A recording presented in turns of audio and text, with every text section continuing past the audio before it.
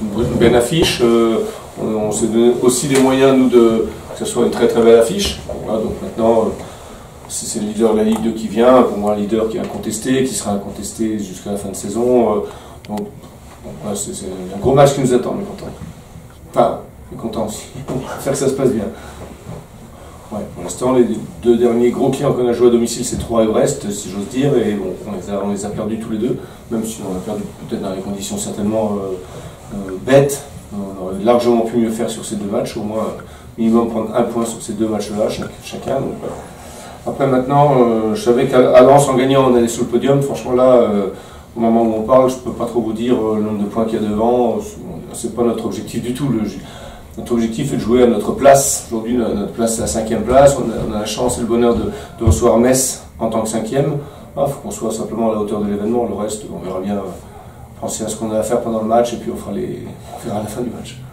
C'est Metz, donc c'est plutôt sympa, des gens que je connais très bien, que j'aurais beaucoup de plaisir à revoir, mais après ça reste un match et à un moment donné dans la saison, de temps en temps on joue la meilleure équipe du championnat, de temps en temps on joue le premier, de temps en temps, voilà, donc là c'est un peu les deux en même temps, et puis c'est une très belle équipe qui est née au Stade des Alpes, puis il va falloir par contre un belle affiche ou pas, ou sympathique je sais pas, mais un gros GF38, ça c'est sûr. Je passais à autre chose, j'étais dans un métier où du jour au lendemain on peut se retrouver à l'autre bout de la France ou même à l'autre bout du monde, donc je veux dire, je ne suis pas là pour ressasser ce qui s'est passé l'année dernière, il y a un an ou il y a 13 mois, je veux dire, l'équipe s'est retrouvée en difficulté, que ce soit moi, c'est le cas de Guingamp cette année un petit peu avec Camboiré qui a quand même une autre expérience que Philippe Insberger sur la Ligue 1, donc voilà, moi je retiens mes 2 ans passés à Metz comme franchement que des instants de bonheur, des moments magiques comme la montée en Ligue 1, des matchs contre le PSG, je sais pas, la victoire contre Marseille, je sors tout ça comme ça pêle-mêle.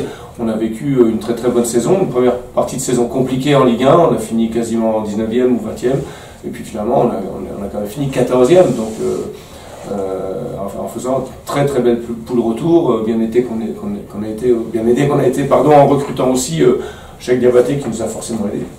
Sur la Ligue 1, il faut un petit peu de talent quand même pour gagner les matchs, quoi. Mais ceci étant, voilà, je suis très très content. Je pensais bêtement m'installer comme entraîneur du FC Metz jusqu'à la fin de ma carrière pour vraiment boucler une boucle, mais bon, allez, à quelques années près, c'est comme ça, et moi je le vois comme un signe comme ça. C'est mieux de recevoir Metz quand tu es 5e, ou d'aller à Lens, que de le recevoir quand tu es 18e. Hein.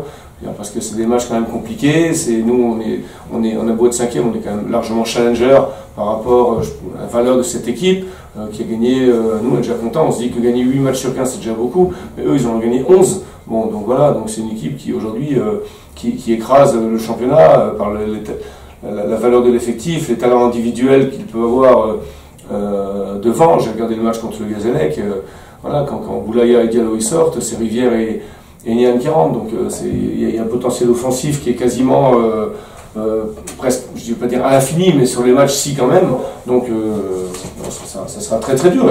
Et nous on s'est donné aussi les moyens sur ces 4 premiers mois ou 5 premiers mois de championnat de pouvoir même se permettre de perdre le match, donc on n'a pas de stress à avoir par rapport à tout ça, et que globalement c'est pas forcément contre le FC Metz qu'on est susceptible de prendre des points. Donc si on prend des points contre le FC Metz, ça peut être que bonus. Je pense que tout le monde a pris conscience que la marge de manœuvre elle se réduit quand on défend à 8, à 9 ou à 10. Et puis que la paire de balles, même si les transitions défensives, c'est pas forcément notre gros point fort. Quand je vois le match de Paris hier soir, il y a un mec, quand le mec qui perd le ballon, il se retrouve à 5 autour de l'adversaire, c'est quand même exceptionnel. Je pense que chacun a compris aussi, puis le fait aussi dans la composition d'équipe, d'aligner aussi des gens, notamment sur les postes offensifs, qui sont des gens qui travaillent, qui vont se replacer, qui vont à mon aide défendre chaque fois que c'est possible, même si bien sûr on est de temps en temps hors de position. Mais voilà, c'est vrai que sur le dernier match on prend moins de buts, on prend pas de buts, donc c'est forcément intéressant parce qu'on est quand même toujours capable de se créer des situations. Mais c'est aussi dû à une certaine stabilité de notre défense. Globalement, c'est quasiment les 4 mêmes défenseurs qui jouent depuis à peu près 2 mois. Depuis, je dirais que Max, il y a des matchs, on les a fait sans Max et Eric, qui sont aujourd'hui notre charnière centrale titulaire, même si quand c'était Pierre Givot et Nico Taravel, ils ont bien fait aussi, mais c'est des matchs qu'on a gagnés aussi avec eux.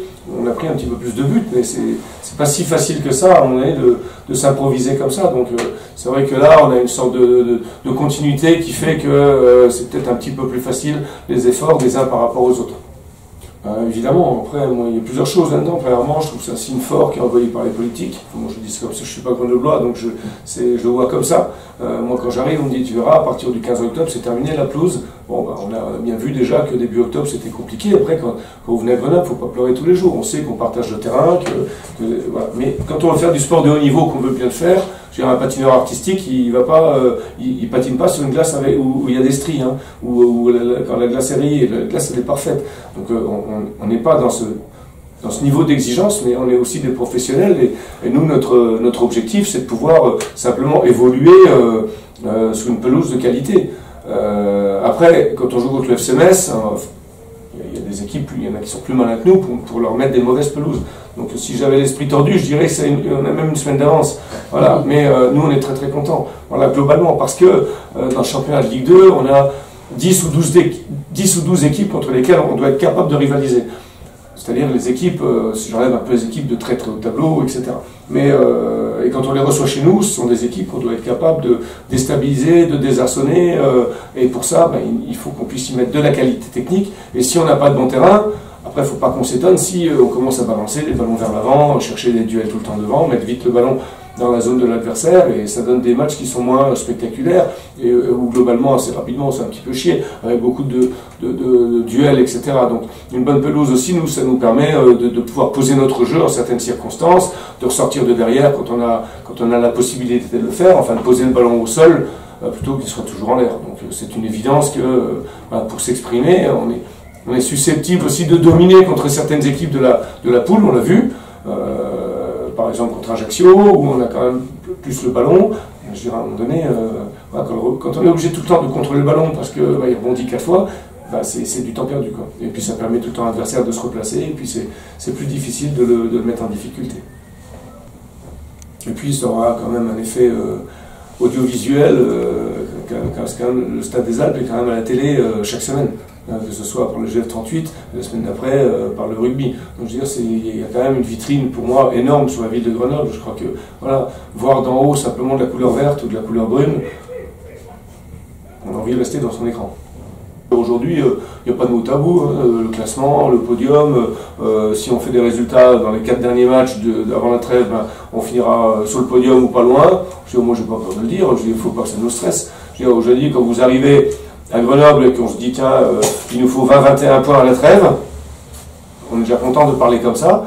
Donc aujourd'hui, quand on en a déjà 27, qu'il reste 4 matchs, si on est à peu près dans nos stades de début de saison, enfin de la première partie de saison, ça veut dire qu'on peut pivoter, on peut basculer sur la deuxième partie de saison à 30 points, enfin vous voyez ce que je veux dire, dans un rayon de 3-4 points qui peuvent nous attendre sur les prochains matchs, sans être gourmand.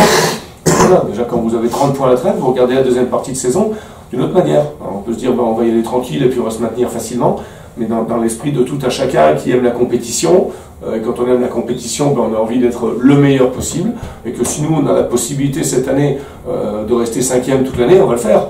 On va quand même pas se dire qu'on va jouer 12e. Aujourd'hui, vous dites aux joueurs on va finir 15e, je pense qu'ils seraient tous déçus. Ou il va se dire on est des cons, on a galvaudé la deuxième partie de saison.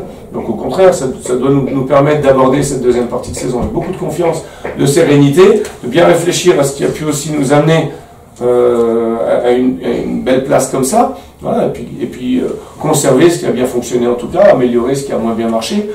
Aujourd'hui, on crache pas dessus, et puis on est ni surpris, on est simplement réaliste, et puis on est content, quoi. Albert c'est un ancien, c'est un Vosgien, mais Albert il a joué à Nancy en dernière année, attention. Ouais. Personne n'est parfait, et ça personne ne pourra jamais lui enlever. Mais non, mais voilà, tu symbolises quand même, avec Campioso encore une fois, mais quand même ce club, donc voilà, qu'est-ce qui reste toi de tes années Messi, même en tant que joueur, même mais vous savez, quand l'aventure des années 80, oui, les Coupes de France, mais dans les années 80 à Metz, il y avait des Lorrains. À Nancy aussi, à Lille, il y avait des Lillois, enfin des gars du Nord, en Corse, il y a des Corses. Aujourd'hui, tout ça, ça s'est internationalisé. On peut parler de Sylvain Kersendel, Philippe Gaillot, Michel Létor, Albert Cartier, enfin bon, des gens qui ont joué longtemps pour un club à l'époque. Il y en a beaucoup à Nantes, il y en a beaucoup à Monaco, il y en a beaucoup à Paris Saint-Germain. Enfin, les gens restaient quand même beaucoup plus longtemps dans les clubs parce qu'on n'avait pas d'agents, des agents qui tous les 6 mois ont envie de vous faire changer d'air parce que vous jouez moins, etc. Donc les effectifs étaient aussi moins nombreux. Moi j'ai commencé, on était aussi 13 sur le banc de touche. On n'avait pas besoin de 25 joueurs non plus. Voilà. Mais moi ce qui me reste, c'est simplement une histoire qui n'était pas prévue au départ, c'est surtout ça, parce que moi je m'étais plutôt préparé à la carrière d'enseignant, vu que je fais partie d'une grande famille d'enseignants, et que j'ai même attendu très longtemps en signer pro. J'ai signé pro à 21 ans, alors que ça faisait déjà au moins 2 ans que je jouais beaucoup de matchs en première division. Donc voilà, et puis après c'était quelque chose pour moi d'inattendu, mais qui ne m'a pas empêché de passer mes années médecine avec mes potes, ma famille, etc. Donc finalement j'ai fait un petit peu du foot par accident, parce qu'à un moment donné, comme dans le sport, j'avais un petit talent. C'est-à-dire que j'allais vite et que j'étais assez à droite devant le but, donc je peux marquer des buts, et voilà, donc ça m'a permis de faire quelque chose que je ne pensais jamais faire, et puis du coup de faire quasiment 500 matchs en première division, avec des moments forts, Barcelone, les 2 Coupes de France, tout ce que vous voulez, voilà. Et même après ma carrière, de prendre la responsabilité du centre de formation pendant 4 ans, qui m'a permis de croiser des gens comme Pouget, comme Pires, que j'ai pu diriger, on a pu aller fouiller pour trouver, enfin voilà, tout ça c'est très intéressant, donc c'était pour moi... C'était des folles années, des belles années, j'étais quasiment titulaire, enfin c'était toujours un grand bonheur. Hein. C'est ça que je retiens. Donc justement le fait, après moi je suis parti pendant 20 ans, exactement de 96 à 2006, et le fait de revenir à Metz, c'était un truc, complètement, un peu comme ma carrière du coup de footballeur, c'était quelque chose de complètement imprévu, qui arrivait parce que il y a eu une inspiration du président comme ça, voilà, et que du coup ça m'a amené un peu à, voilà, moi j'ai vu ça comme un signe très fort, puis ce signe fort d'ailleurs il s'est concrétisé puisqu'on est monté, on s'est maintenu, puis bon malheureusement l'année dernière on était repris par la réalité du football économique et tout ce que vous voulez, quoi, voilà. Donc que du bonheur effectivement.